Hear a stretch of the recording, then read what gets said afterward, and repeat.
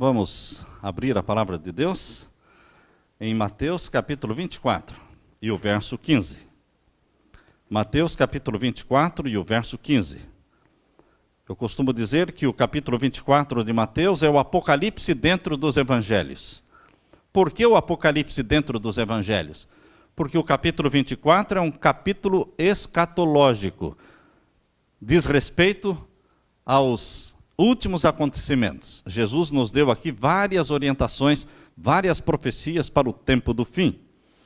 E aqui lemos no capítulo 24, verso 15, um dos textos mais polêmicos, um dos textos mais difíceis de serem entendidos dentro do capítulo 24, verso 15. Vamos ler.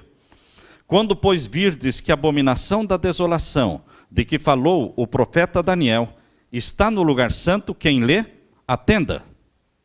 Então os que estiverem na Judéia fujam para os montes, e quem estiver sobre o telhado não desça a tirar alguma coisa da sua casa, e quem estiver no campo não volte atrás a buscar os seus vestidos.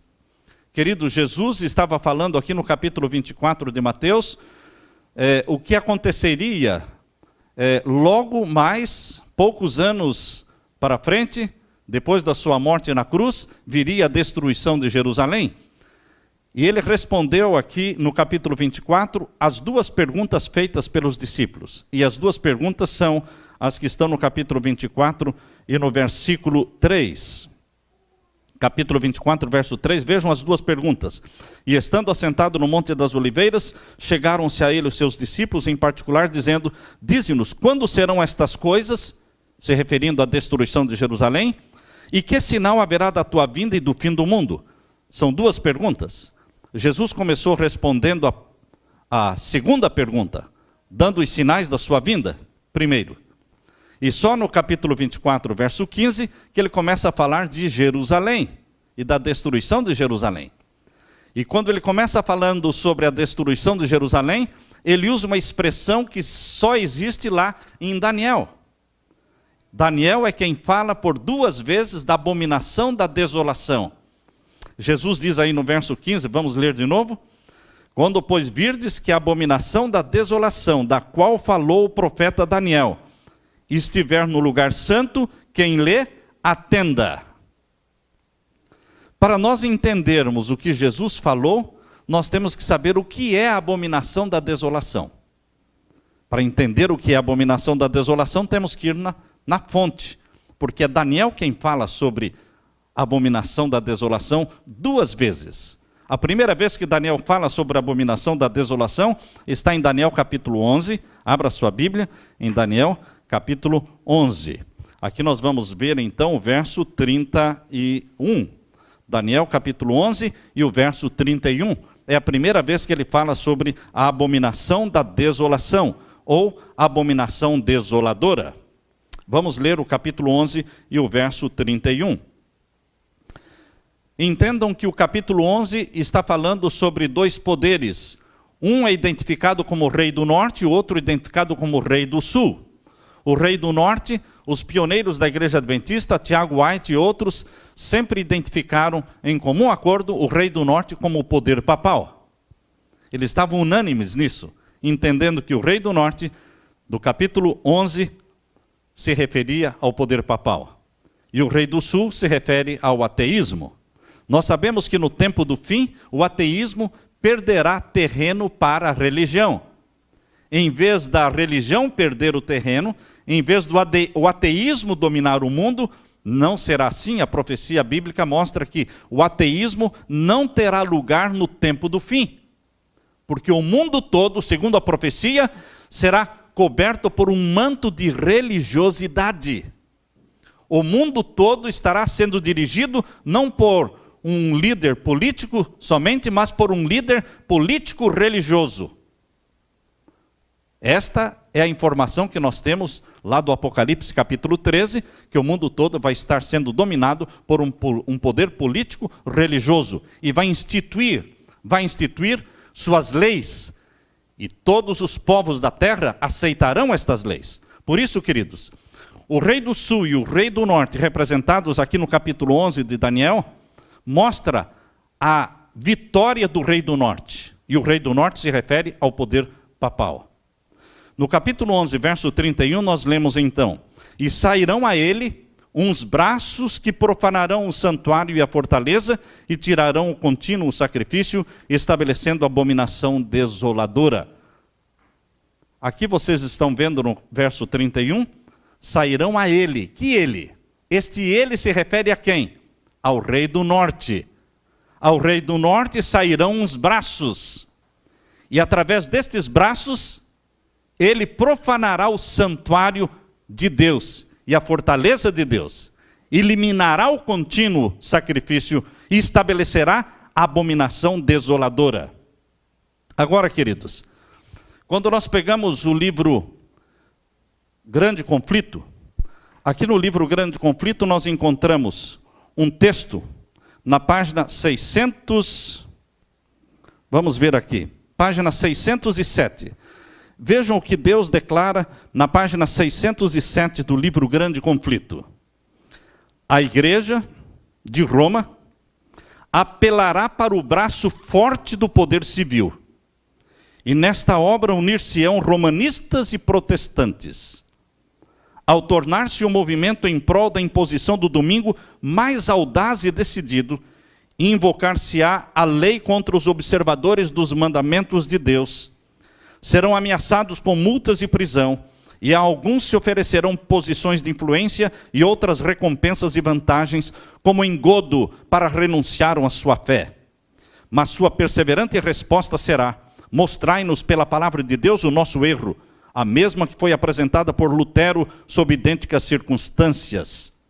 Queridos, aqui Deus está falando para nós que no tempo do fim, Roma papal apelará para os braços do poder civil. Os braços do poder civil serão usados para impor uma lei chamada lei dominical. A imposição da lei dominical diz respeito à anulação da lei de Deus na face da terra. Porque a lei de Deus, os 10 mandamentos, escritos pelo dedo de Deus em tábuas de pedra, representam o caráter de Deus, a santidade de Deus. E o 4º mandamento diz: lembra-te do dia do sábado para o santificar. 6 dias trabalharás, farás toda a tua obra, mas o 7º dia é o sábado do Senhor teu Deus. Nele não farás nenhuma obra. Mas no catecismo romano, o poder papal colocou ali outra lei, também chamada lei dos 10 mandamentos. Porém, no lugar do sábado, o 7º dia, ele colocou guardar domingos e festas. Quando esta lei dominical for imposta de forma obrigatória, compulsória, para que todas as pessoas observem, quando esta lei se espalhar dos Estados Unidos para todos os países da terra, então a lei de Deus estará abolida na face da terra. Esta é realmente uma profanação do santuário, como diz aqui no capítulo 11, verso 31. Sairão a ele, vamos ler de novo, olhem na Bíblia, verso 31, e sairão a ele, o rei do norte, poder papal, uns braços. Que braços? Os braços do poder civil. Roma vai lançar mão dos braços dos poderes civis da terra para impor as suas leis. Quem vai impor o decreto dominical não é o papado, e sim um poder político. O governo dos Estados Unidos aprovará uma lei impondo o decreto dominical. E à semelhança dos Estados Unidos, todos os outros países também farão o mesmo, através da lei civil. Para agradar quem? Para agradar um poder religioso. Queridos, por isso esta profecia ela vai se cumprir ao pé da letra, porque está dizendo: sairão a ele, o rei do norte, o poder papal, uns braços, são os braços do poder civil, que profanarão o santuário. Como eles podem profanar o santuário através do decreto dominical? Como? Queridos, o lugar mais santo do santuário era o lugar santíssimo. O rei do norte, o poder papal, na realidade profana o santuário desde o pátio. No pátio existia um altar de sacrifício onde o cordeiro era morto. O altar de sacrifício do santuário celestial é o local onde Jesus Cristo, Cordeiro de Deus que tira o pecado do mundo, foi morto. Em que local? o Cordeiro de Deus que tira o pecado do mundo, foi morto. Em que local? No Monte do Calvário. Lá é o altar de sacrifício do santuário celestial. Quando você lê em Apocalipse capítulo 11, verso 2, diz, meça, capítulo 11, verso 1 e 2 de Apocalipse, diz assim, meça o altar, mas deixe fora o pátio, deixe fora o átrio, para que as nações pisem. Interessante que quando Deus manda medir o santuário do céu, ele diz, deixe fora o pátio, porque o pátio não está no céu, o pátio está onde estão as nações. Por isso diz, deixe fora o pátio para que as nações o pisem. Queridos, o pátio do santuário celestial é o planeta Terra. O altar de sacrifício é o Monte do Calvário onde Jesus morreu. Como Roma destruiu a verdade do altar de sacrifício do santuário celestial. A verdade que Deus nos ensina através do Monte do Calvário é que existe salvação somente no sangue de Jesus. Não há remissão de pecados sem sangue.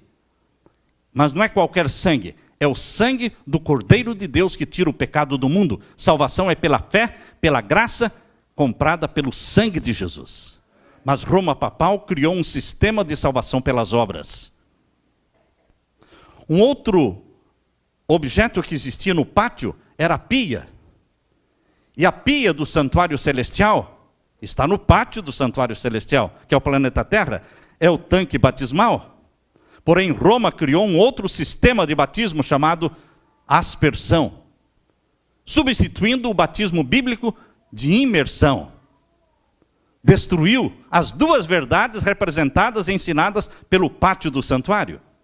Agora, queridos, entrando no lugar santo do santuário, nós temos ali o ministério da intercessão do nosso Senhor Jesus Cristo. Quando Jesus subiu ao céu no ano 31, depois da sua ressurreição, morreu, ressuscitou, subiu ao céu. E ele inaugurou o santuário celestial como nosso sacerdote mediador. Por isso diz lá em 1 Timóteo capítulo 2, verso 5, há um só Deus e um só mediador entre Deus e os homens, Jesus Cristo, o homem. Um só mediador. E o trabalho e ministério mediador de Jesus Cristo está representado pelo lugar santo do santuário.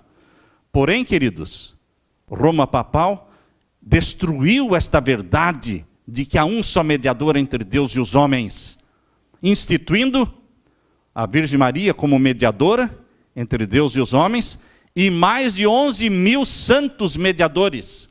Existem mais de 11.000 santos canonizados que são também mediadores.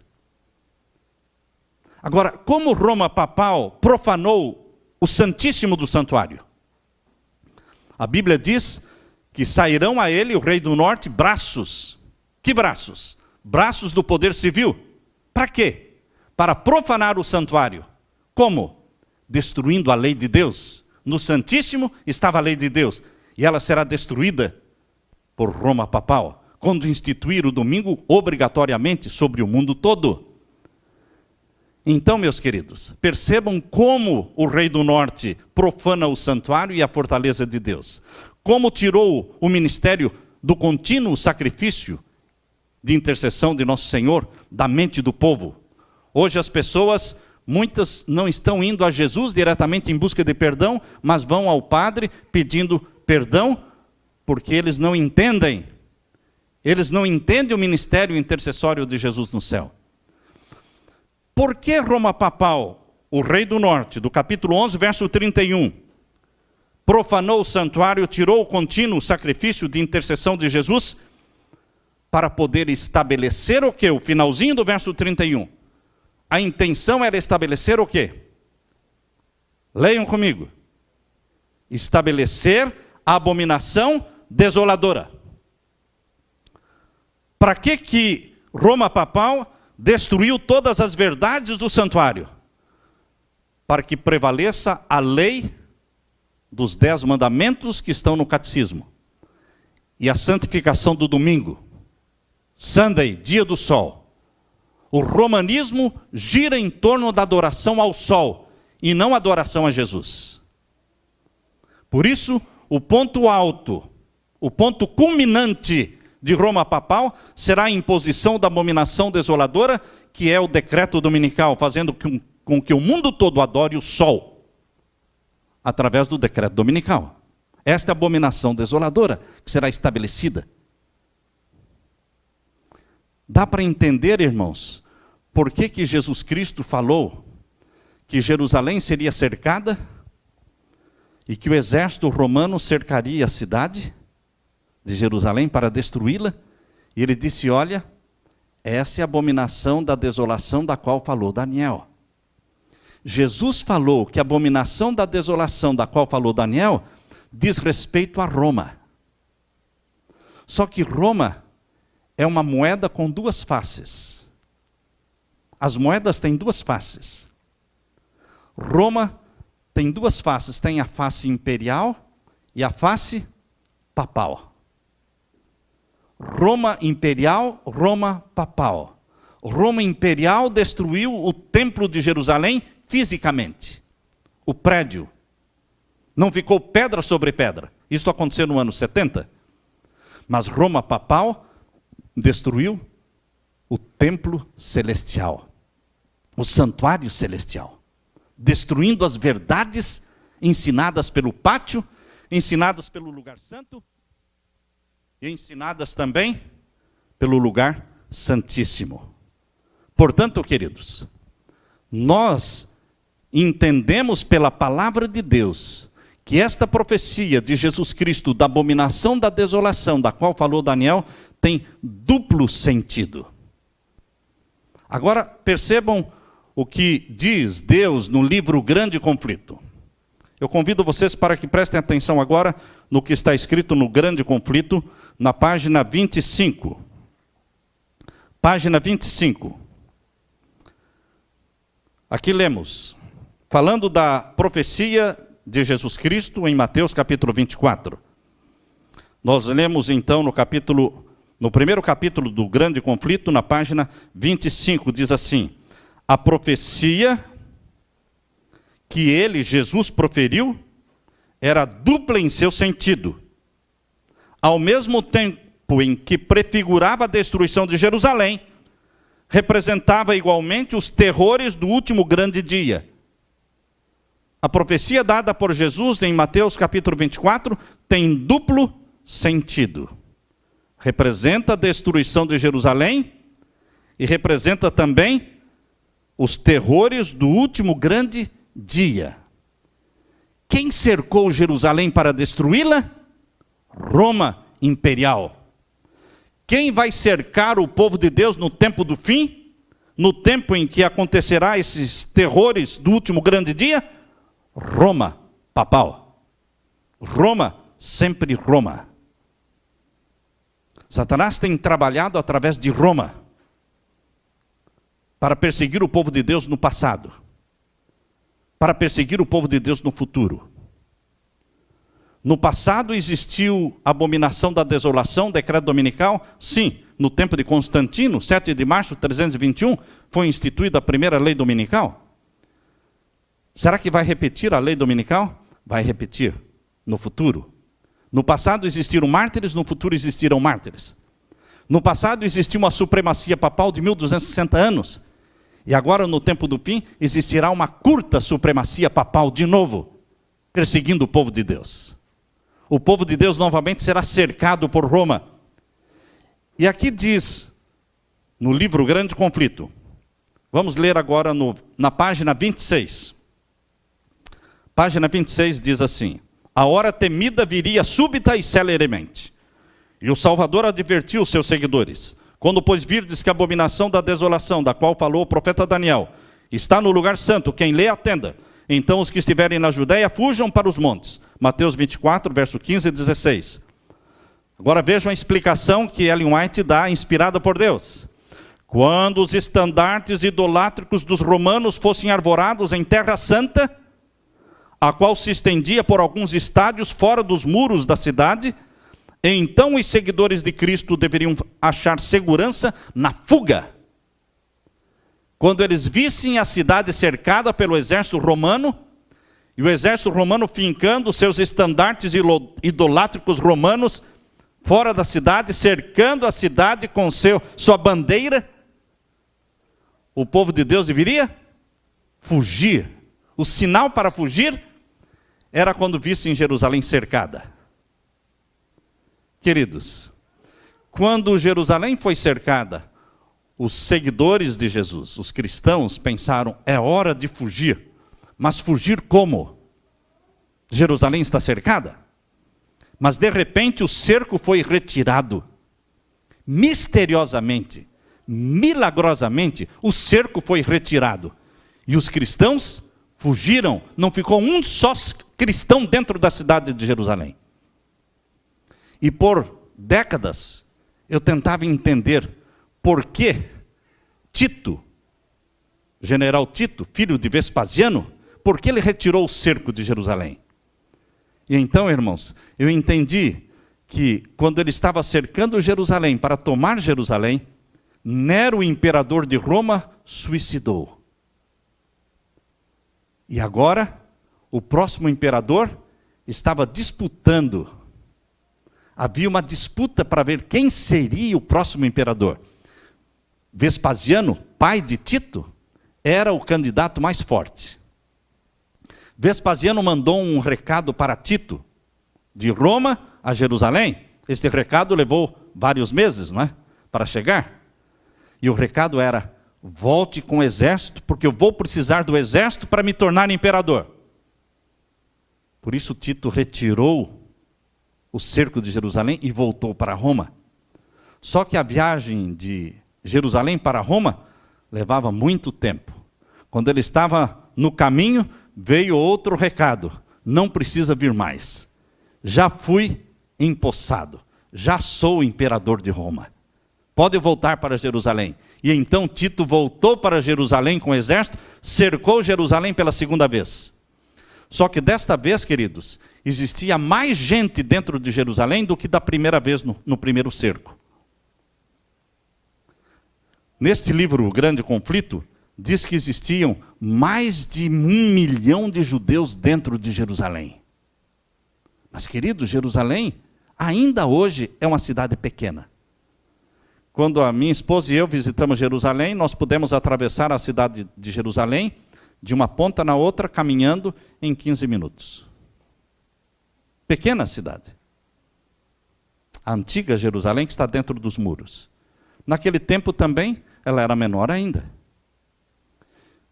Como eles estavam com mais de 1 milhão de judeus dentro daquela cidadezinha pequena? Judeus que viviam na Galileia e por toda a Judéia, eles vieram fugindo do exército e procuraram abrigo dentro dos muros, dentro das muralhas de Jerusalém, que era o lugar mais seguro. Então, queridos, quando o exército voltou a segunda vez, a cidade estava apinhada de judeus com mais de 1 milhão, mas nenhum cristão estava dentro de Jerusalém no segundo cerco. E mais de 1 milhão de judeus foram mortos. Tinha mais judeus mortos do que soldados romanos matando. Eles tinham que subir em cima dos montes dos mortos para poder continuar matando, porque não tinha mais espaço onde cair gente morta. Eles iam pisando por cima dos cadáveres que se formavam aos montes. Queridos, mas nenhum cristão morreu, porque eles atenderam o conselho de Jesus. Quando, pois, virdes Jerusalém cercada, fujam. Agora, aqui neste livro, O Grande Conflito, fala que esta profecia tem duplo sentido, tem dupla significação. Eu quero ler para vocês o que está escrito aqui na página 36. Página 36. A profecia do Salvador relativa aos juízos que deveriam cair sobre Jerusalém há de ter outro cumprimento. Então é uma profecia com dupla significação, do qual aquela terrível desolação não foi senão uma tênue sombra. Na sorte da cidade escolhida, podemos contemplar a condenação de um mundo que rejeitou a misericórdia de Deus e calcou a pés a sua lei. Queridos, nós estamos esperando para os nossos dias uma nova abominação da desolação, da qual falou Daniel. A abominação da desolação da qual falou Daniel tem duplo sentido. Primeiro, o cerco de Jerusalém pelo exército romano, quando fincou os estandartes idolátricos romanos em Terra Santa. Mas Roma, de novo, vai cercar o povo de Deus. Roma, de novo, vai fincar no meio da cristandade mundial um outro estandarte idolátrico romano. Qual é o estandarte idolátrico romano que Roma vai fincar no meio da cristandade agora no tempo do fim? O domingo, o decreto dominical. E haverá perseguição. E Deus está dizendo, assim como aquele cerco de Jerusalém era o sinal para fugir, agora, o momento em que for emitido o decreto dominical, é hora de fugir. Muitos perguntam, fugir como? Depois que sair o decreto, como é que eu vou fugir? É a mesma pergunta que os discípulos fizeram lá. Quando nós percebemos que a cidade está cercada, Jesus falou para fugir, mas fugir como? Deus vai dar providência para isso. Deus vai prover a saída, para que você possa fugir. O decreto dominical começa devagar. E a perseguição vai se intensificando aos poucos. Mas, queridos, novamente o povo de Deus será perseguido, assim como foi no passado. Eu quero ler para vocês agora o que está no livro Maior Discurso de Cristo. No livro Maior Discurso de Cristo, página 105. Maior Discurso de Cristo, página 105.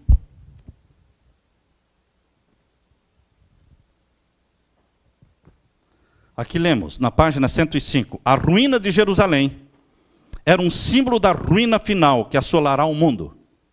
Certo? Concordam? As profecias que tiveram seu parcial cumprimento na queda de Jerusalém têm mais direta aplicação aos derradeiros dias. O que aconteceu com as profecias do capítulo 24? No cerco de Jerusalém foi um parcial cumprimento. Mas tem aplicação mais direta ao tempo do fim. Queridos, a abominação da desolação da qual falou Daniel diz respeito ao decreto dominical. Agora abra sua Bíblia em Daniel capítulo 12. Vamos ver agora a segunda vez que Daniel fala sobre a abominação desoladora. Nós vimos a primeira vez. A primeira vez foi em Daniel 11, verso 31. E agora vamos ver a segunda vez que ele fala sobre a abominação da desolação, em Daniel capítulo 12. Vamos ler a partir do verso 9. 9 a 11. Todos pegaram a Bíblia? Vamos ler, verso 9 a 11, do capítulo 12 de Daniel. E ele disse, vai Daniel, porque estas palavras estão fechadas e seladas até o tempo do fim. O que quer dizer isso, irmãos? Será que o capítulo 2 de Daniel estava selado e não poderia ser entendido antes do tempo do fim? Será que o capítulo 7 estava selado e não dava para ser entendido? Qual é a porção do livro de Daniel que foi selada e não seria entendida antes do tempo do fim? Aquela profecia que Daniel não entendeu. É do capítulo 8, verso 14, irmãos, para frente. É a última parte do livro de Daniel que foi selada até o tempo do fim. Porque a primeira parte do livro de Daniel não estava selada porque foi explicada. Daniel sabia que a cabeça de ouro era a Babilônia, não é? Peito e braços de prata representava a Medo-Pérsia, o quadril da estátua do capítulo 2, não é? Representava a Grécia, e as pernas representavam o Império Romano. Daniel sabia que no capítulo 7, o animal do capítulo 7, o leão, representava a Babilônia, porque o próprio anjo deu a interpretação, olha, o leão e os outros animais são 4 reinos. E deu o nome dos reinos. No capítulo 8, deu o nome dos reinos. Babilônia, Medo-Pérsia, Grécia e Roma. Agora, queridos, o que Daniel não entendeu? A profecia das 2.300 tardes e manhãs. E a profecia também do capítulo 11 e a profecia do capítulo 12. essa parte final foi selada, porque diz respeito ao tempo do fim.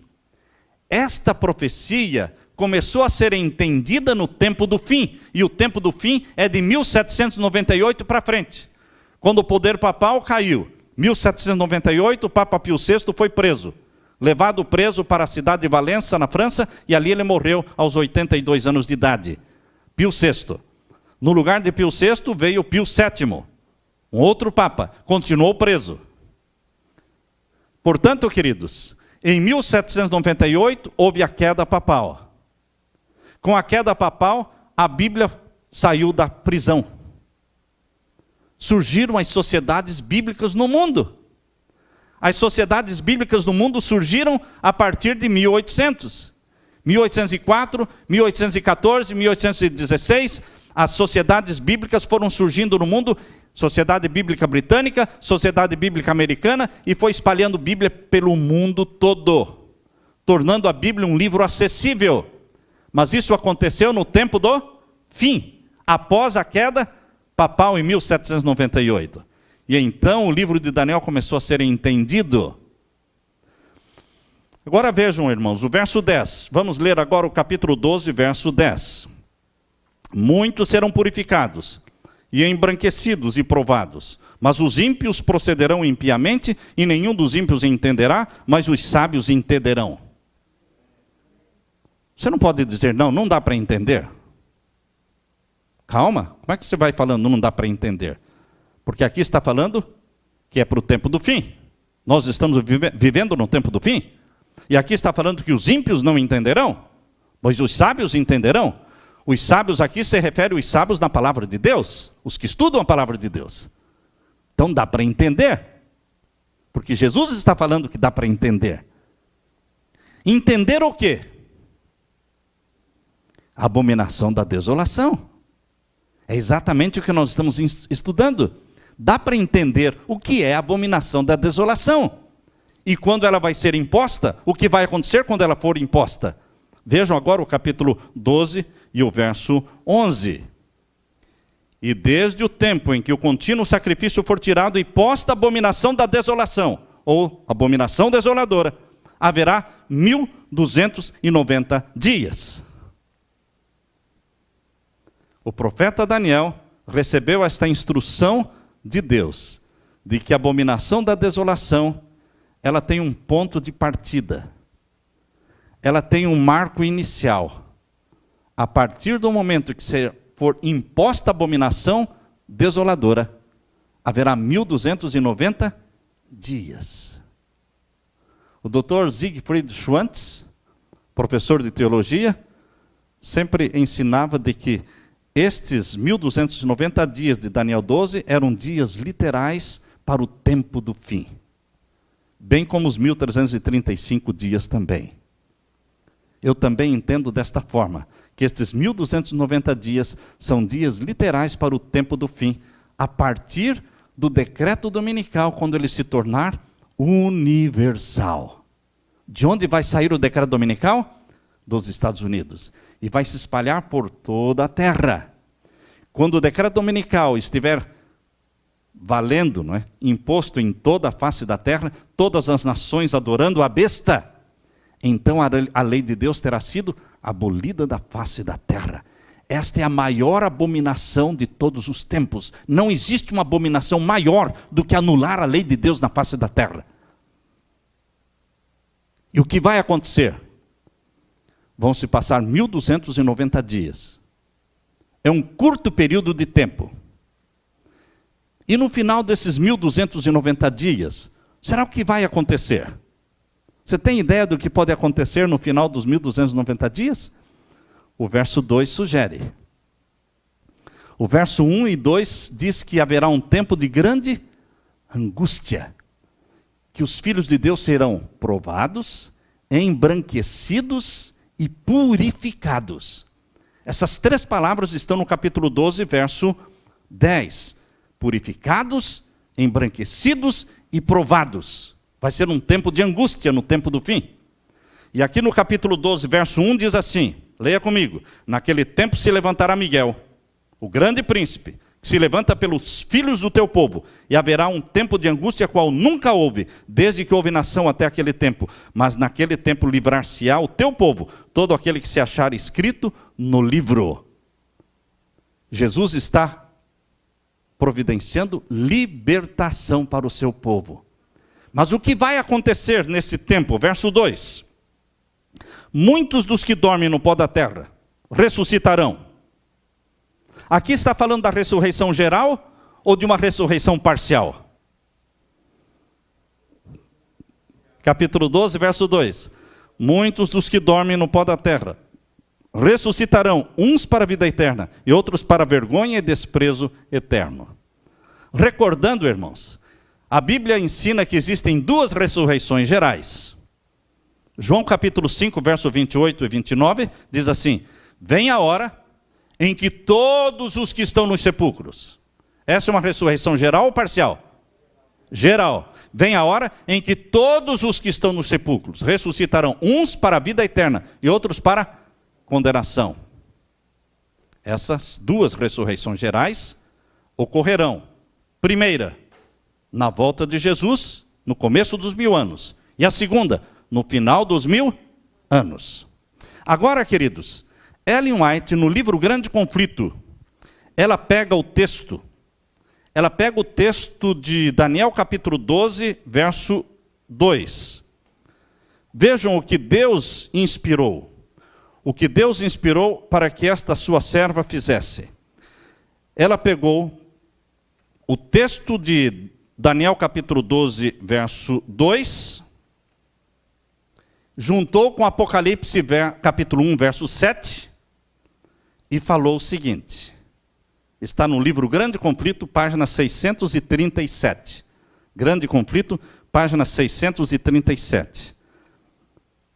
Não foi ideia dela, foi ideia de Deus, de juntar Daniel 12, 2 com Apocalipse 1, 7. E ela fala aqui de uma ressurreição que não é a geral. É uma ressurreição parcial. De salvos e de perdidos. Agora preste atenção nas palavras. Página 637, Grande Conflito. Abrem-se sepulturas, e muitos dos que dormem no pó da terra ressuscitarão, uns para a vida eterna e outros para a vergonha e desprezo eterno. Daniel 12, 2. Todos os que morreram na fé da mensagem do terceiro anjo. Quem? Todos os que morreram na fé da mensagem do terceiro anjo. A pregação das 3 mensagens angélicas, irmãos, que culminam com a terceira mensagem angélica, é uma pregação adventista. Não existe nenhuma outra igreja na face da terra que prega as 3 mensagens angélicas. Deus levantou na terra um movimento chamado Adventista do Sétimo Dia para pregar as 3 mensagens angélicas. Mas muitos cristãos adventistas morrem sonhando e ansiando pela volta de Jesus. E na hora da morte dizem: eu tanto queria que Jesus viesse nos meus dias.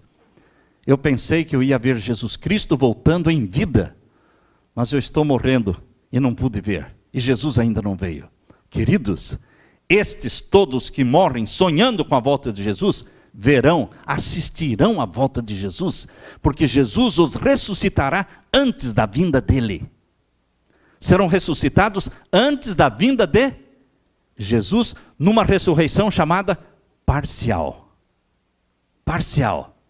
E é exatamente esta ressurreição parcial da qual Ellen White está falando na página 637 do Grande Conflito. Vou ler de novo. Abrem-se sepulturas, e muitos dos que dormem no pó da terra ressuscitarão, uns para a vida eterna e outros para a vergonha e desprezo eterno. Daniel 12, 2. Todos os que morreram na fé da mensagem do terceiro anjo saem do túmulo glorificados. Aleluia, irmãos. Como é que eles vão ressuscitar? Para morrer de novo? Não, vão ressuscitar glorificados. Que glória, que bênção. Estes servos de Deus que morreram antes da volta de Jesus, fiéis, guardando os mandamentos de Deus, eles ressuscitam glorificados. Você pode ter ideia de quem são eles? Ellen White, Tiago White, José Bates, Guilherme Miller, J.N. Andrews, e assim você vai enumerando todos esses milhares que morreram desde lá até hoje, irmãos. Até os que estão morrendo hoje, fiéis, eles ressuscitam glorificados. E eles vão aparecer para os cristãos fiéis aos mandamentos de Deus que estão sendo perseguidos. Vocês sabem que depois que a porta da graça se fechar, vai sair um decreto chamado decreto de morte. Antes do fechamento da porta da graça, existe um decreto chamado decreto dominical. E é nesse tempo que vai ocorrer a grande conversão de todos os tempos. Mas depois que a porta da graça se fechar, vem outro decreto chamado decreto de morte. O povo de Deus vai estar sentenciado à morte. Mas assim como no tempo da rainha Esther, o decreto de morte saiu, mas não morreu nenhum judeu, nenhum filho de Deus, assim também o decreto de morte vai sair, mas não vai morrer nenhum dos filhos de Deus. Queridos, nesse tempo em que o decreto de morte sair, após o fechamento da porta da graça, o povo de Deus estará vivendo à vista de um Deus santo, sem um intercessor no céu. A porta da graça já fechou, mas eles estão possuídos pelo Espírito Santo. Eles foram batizados pelo Espírito Santo antes do fechamento da porta da graça. Eles se tornaram templos do Espírito Santo. Eles têm a mente de Jesus. Eles pensam como Jesus. E eles não estão sozinhos, porque Deus ressuscitará uma multidão de santos glorificados, que vão aparecer e desaparecer. Os seres ressuscitados glorificados, eles aparecem e desaparecem. Eles não estão mais sujeitos às leis da gravidade, irmãos.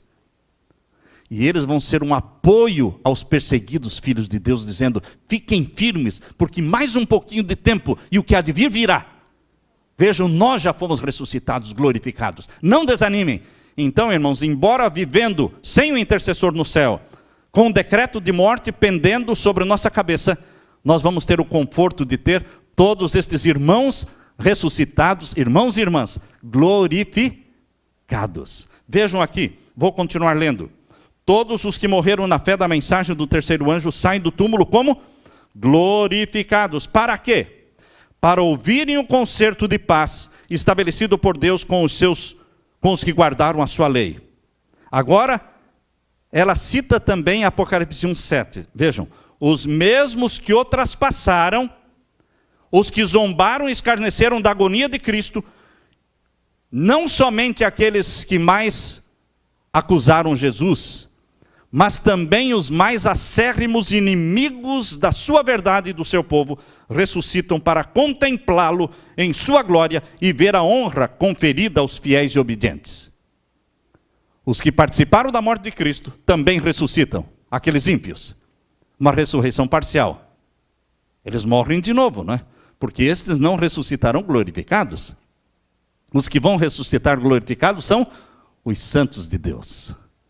Queridos, o que Deus está falando em Daniel capítulo 12, verso 11, é que do momento em que sair o decreto dominical e ele se tornar universal, vocês podem contar 1290 dias e vai ocorrer a ressurreição parcial, incluindo os santos de Deus que morreram na fé da mensagem do terceiro anjo, mais os ímpios que participaram da morte de Cristo.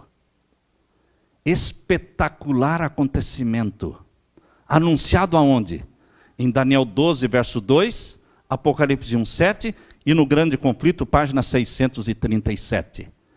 Será, pastor, que isso vai acontecer? Eu não tenho nenhum % de dúvida de que isto vai acontecer. Está em Daniel 12:2, Apocalipse 1:7 e o Grande Conflito, página 637. Depois, então, da ressurreição parcial, então Deus vai anunciar, vai mostrar a lei de Deus estampada no céu. Vocês podem virar a página do Grande Conflito e ir lá para a página 639. Na página 639, Ellen White descreve a lei de Deus sendo estampada no céu. E a voz de Deus declarando o seu concerto de paz com o seu povo. E então, irmãos, na página 640, ela diz que a voz de Deus será ouvida no céu, declarando o dia e a hora da vinda de Jesus. Mas quem vai ouvir a voz de Deus declarando o dia e a hora da volta de Jesus? Toda a multidão selada pelo selo do Deus vivo, mais a multidão que ressuscitou, já glorificada. Eles vão ver a lei de Deus estampada no céu, os ímpios também vão ver. Mas eles vão chorar, porque eles vão ver a lei de Deus estampada no céu. E o povo de Deus vai se rejubilar. E eles vão finalmente ouvir a voz de Deus declarando o dia, a hora da volta de Jesus. Aleluia, irmãos. Esta é a esperança, irmãos. Este é o sonho de Deus para você e para mim. Regozijemo-nos, porque o dia da volta de Jesus está se aproximando. Não sabemos o dia e a hora, mas Ele nos mostra aquilo que vai acontecer antes. E isso nos alegra, nos anima. Que a graça e a paz de Jesus produzam na sua vida ânimo, coragem, para você permanecer em pé diante do Filho do Homem, até aquele dia. Que Deus abençoe você. Amém? Amém, irmãos.